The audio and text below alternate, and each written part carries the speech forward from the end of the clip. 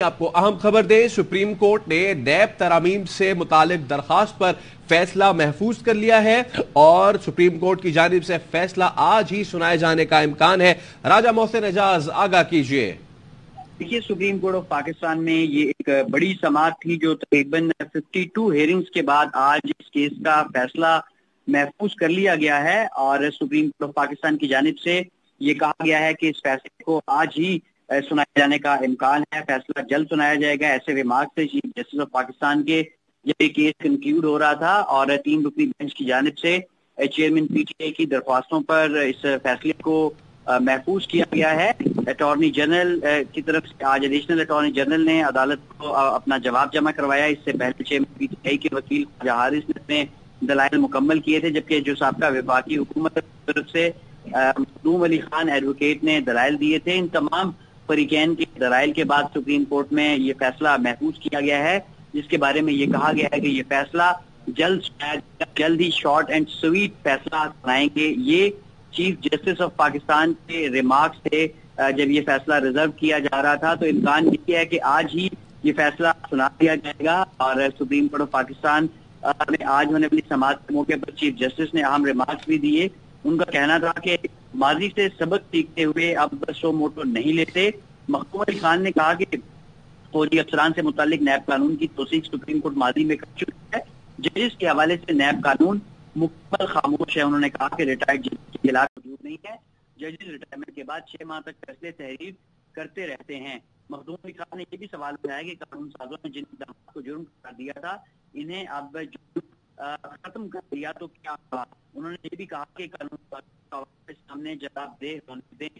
اب تمام دلائل کے بعد سپریم کورٹ آف پاکستان نے فیصلہ محفوظ کیا ہے اور جسٹس نے تعریف بھی کی۔ وکلاء نے کہا کہ تمام وکلاء نے معاونت کی مختصر۔ ٹھیک ہے، راجہ محسن اعجاز آپ ہمیں اپڈیٹ کر رہے ہیں، تو اہم ڈیولپمنٹ اس وقت ہوئی ہے اور نیب ترامیم کیس کا فیصلہ جلد سنایا جائے گا۔ چیف جسٹس پاکستان کا ایسا کہنا ہے۔ آج جب سماعت شروع ہوئی تو اس حوالے سے وکیل چیئرمین پی ٹی آئی نے تحریری گزارشات عدالت کو جمع کروائی۔ چیف جسٹس نے ریمارکس دیے کہ ریفرنس واپسی کی وجوہات سے اندازہ ہوتا ہے کہ قانون کا جھکاؤ کس جانب ہے، کن شخصیات کے ریفرنس واپس ہوئے، سب ریکارڈ پر آ چکا ہے۔ چیف جسٹس نے ریمارکس دیے کہ ریاستی اثاثے کرپشن کی نظر ہوں، اسمگلنگ یا سرمایہ کی غیر قانونی منتقلی پر کارروائی ہونی چاہیے۔ قانون میں ان جرائم کی ٹھوس وضاحت نہ ہونا مایوس کن ہے۔ راجہ محسن اعجاز، آج جب سماعت ہو رہی تھی تو چیف جسٹس نے مزید کیا اہم ریمارکس دیے، بتائیے۔ دیکھیے، چیف جسٹس پاکستان کی جانب سے یہ کہا گیا کہ وقت نہیں ہے تو شارٹ اور سویٹ فیصلہ دیں گے اور فیصلہ آج ہی سنائے جانے کا امکان ہے۔ انہوں نے اپنے ریمارکس میں یہ بھی کہا کہ اٹارنی جنرل کو پاکستان جس نے آج دلائل کے لیے وقت مانگا تھا، وہ آج عدالت میں اگر نہیں انہوں نے آنا تھا تو وہ عدالت کو بتا دیتے۔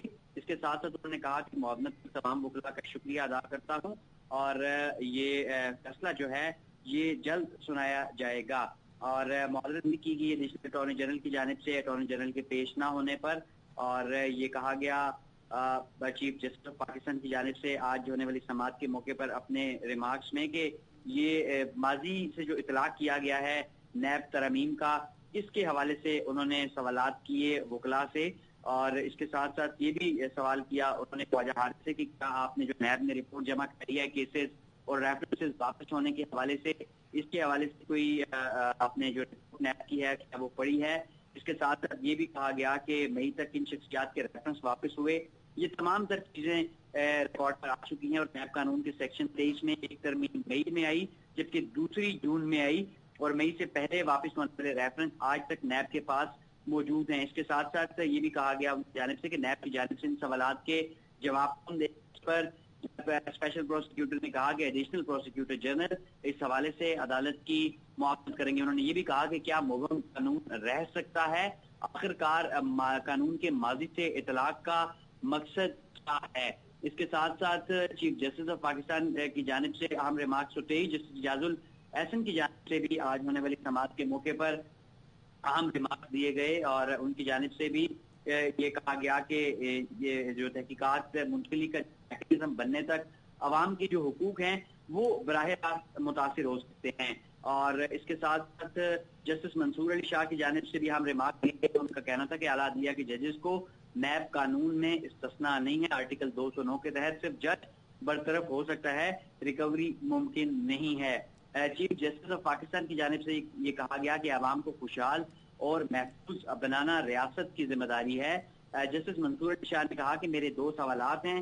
سپریم کورٹ میں دائر کی گئی درخواست کا مقصد بلا تفریق احتساب بتایا گیا ہے۔ اس کے ساتھ ساتھ ان کی جانب سے مزید ریمارکس میں یہ بھی کہا گیا کہ اسپن میں صرف اتنا کہا گیا کہ آرمی میں سزاؤں کے لیے آرمی ایکٹ موجود ہے۔ جسٹس منصور علی شاہ کا کہنا تھا کہ اس طرح سیاستدانوں کے لیے الیکشن ایکٹ موجود ہے۔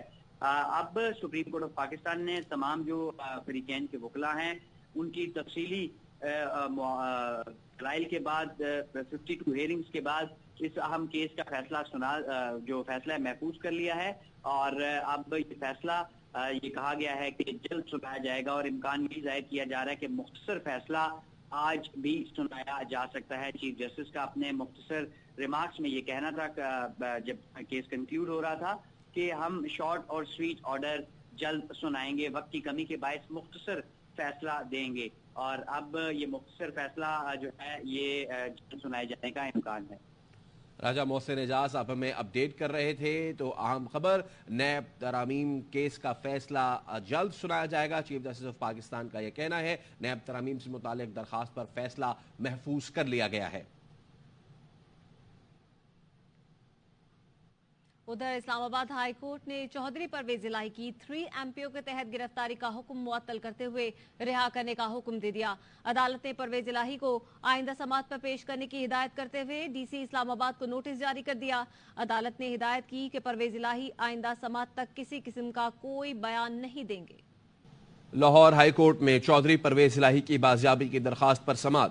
سرکاری وکیل نے بتایا کہ اسلام آباد ہائی کورٹ نے پرویز الہی کو رہا کرنے کا حکم دے دیا ہے، جس پر عدالت نے استفسار کیا کہ کیا اب یہ معاملہ اسلام آباد ہائی کورٹ کے دائرہ اختیار میں نہیں۔ سرکاری وکیل طاہر نصر اللہ وڑائچ نے کہا کہ عدالت کا حکم ہے کہ پرویز الہی کو پیش کیا جائے۔ جسٹس مرزا وقاص رؤوف نے کہا کہ کمشنر اسلام آباد کو حکم دے رہا ہوں وہ پرویز الہی کو پیش کرے۔ بادی النظر میں ریاست پرویز الہی کو پیش کرنے سے گریزاں ہے۔ ویسے بھی IG اسلام آباد کے خلاف توہین کا معاملہ تو عدالت کے سامنے موجود ہے۔ سرکاری وکیل نے بتایا کہ عدالتی آرڈر کے مطابق سیشن جج نے پرویز الہی کو پیش کرنا ہے۔ عدالت نے پوچھا کس اتھارٹی کے تحت پرویز الہی کو اسلام آباد لے جایا گیا۔ ایڈیشنل ایڈوکیٹ جنرل نے کہا کہ جس حکم پر نظر بند کر کے یہاں سے لے گئے وہ معطل ہو چکا ہے۔ عدالت نے ہدایت کی کہ چیف کمشنر اور IG اسلام آباد پرویز الہی کو پیش کرے، جس پر سرکاری وکیل نے کہا کہ ہمارے دلائل بھی سن لیں۔ عدالتی ریمارکس میں کہا گیا کہ میں کوئی حکم جاری نہیں کر رہا، یہ پرانا آرڈر ہے، اگر آپ کو اعتراض ہے تو اسے چیلنج کریں۔ اسلام آباد کے دونوں افسران ذاتی حیثیت میں بھی پیش ہوں گے۔ عدالت نے کیس کی سماعت کل تک ملتوی کر دی۔ احتساب عدالت اسلام آباد میں 190 ملین پاؤنڈ سکینڈل کی نیب تحقیقات پر سماعت۔ تفتیشی افسر نے اپنے بیان میں کہا کہ بابر اوان کی گرفتاری کی ضرورت نہیں، جس پر عدالت نے بابر اوان کی عبوری ضمانت درخواست نپٹا دی۔ بابر اوان نیب طلبی پر پیش ہوئے، اپنا جواب جمع کروایا۔ احتساب عدالت کے جج محمد بشیر نے ریمارکس دیے، نیب کے مطابق آپ کی گرفتاری درکار نہیں، جس پر بابر اوان نے کہا کہ مجھے نوٹس موصول ہوا جس میں نیب نے طلبی کر رکھی تھی۔ لاہور میں چینی کی قیمتوں میں ہوش ربا اضافے کی مزید تحقیقات شروع کر دی گئی ہیں۔ ذرائع کے مطابق شوگر ملز مالکان، ڈیلرز اور دیگر افراد کے گرد گھیرا تنگ کر دیا گیا ہے۔ چینی کا کاروبار کرنے والوں کا 6 ماہ کا ڈیٹا حاصل کر لیا گیا۔ چینی ذخیرہ اندوزی کرنے والوں کی بھی فہرستیں تیار کر کے آپریشن شروع کیا گیا ہے۔ صوبائی حکومت کو 1 ہفتے میں کریک ڈاؤن کر کے چینی کی قیمت کم کرنے کا ہدف دے دیا گیا ہے۔ سیکرٹری خوراک اور کین کمشنر ٹاسک فورس کے انچارج ہوں گے۔ پنجاب بھر کے کمشنرز DC ان کی ہدایت پر عمل کے پابند ہوں گے۔ چینی کی مسلسل بڑھتی قیمت نے شہریوں کے ہوش اڑا دیے۔ کئی شہروں میں چینی کی فی کلو قیمت ڈبل سینچری سے بھی اوپر چلی گئی۔ کر رہے ہیں وعدہ ہے ہم سب کا کہ یہ جو بہتری کا ترقی کا سفر کراچی شہر میں سٹارٹ ہوا ہے، جس کا آغاز ہوا ہے، اس کو سلمان بھی جاری رکھے گا، ہمایوں بھی جاری رکھے گا، آصف بھی جاری رکھے گا، علی اکبر بھی جاری رکھے گا، علی احمد جان بھی جاری رکھے گا۔ ایک ایک کارکن ہمارا، یہ جو اعتماد کراچی والوں نے تیر کے اوپر دکھایا ہے، انشاءاللہ ہم لوگوں کو مایوس نہیں کریں گے اور لوگوں کے مسائل کو حل کر کے لوگوں کو انشاءاللہ ریلیف دیں گے۔ آئندہ